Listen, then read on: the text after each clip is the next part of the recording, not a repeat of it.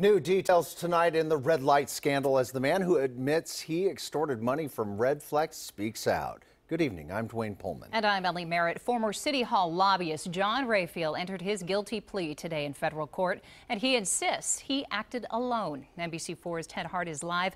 He's been following this story since it first broke. And Ted, what's next in this case?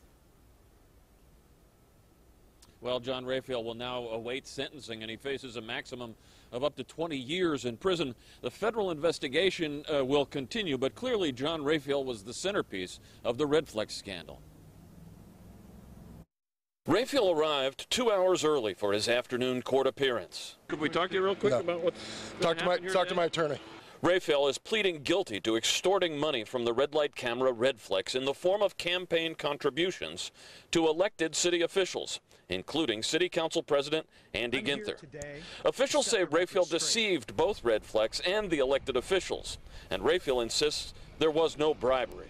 When we walk through the facts that they've laid out here, where, for instance, Andy Ginther asks Redflex for a $20,000 campaign contribution, Redflex gives you $20,000, you give it to the Democratic Party, and then it ends up in Andy Ginther's campaign. I mean, how is that not bribery? It was interference of commerce, and the way it was explained to me from the feds is that it was pressuring my clients into making a campaign contribution. Attorney Mike Miller says his client may have gotten caught up in wanting to be important.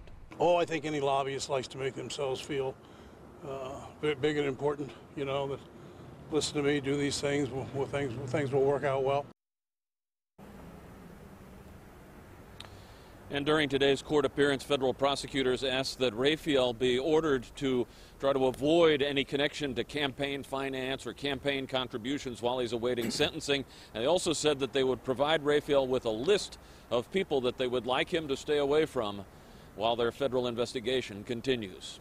Live at federal court, Ted Hart, NBC4. Ted, thank you. Now, the investigation into Columbus's Redflex contracts began back in June. That's when former Redflex CEO Karen Finley pleaded guilty to bribery charges.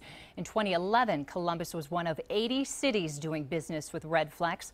A disgruntled employee first told the Chicago Tribune that Finley was taking bribes back in 2013, and that launched that federal investigation. We've been following this story since it came to light. Check NBC4i.com for our past stories and updates on Raphael's sentencing.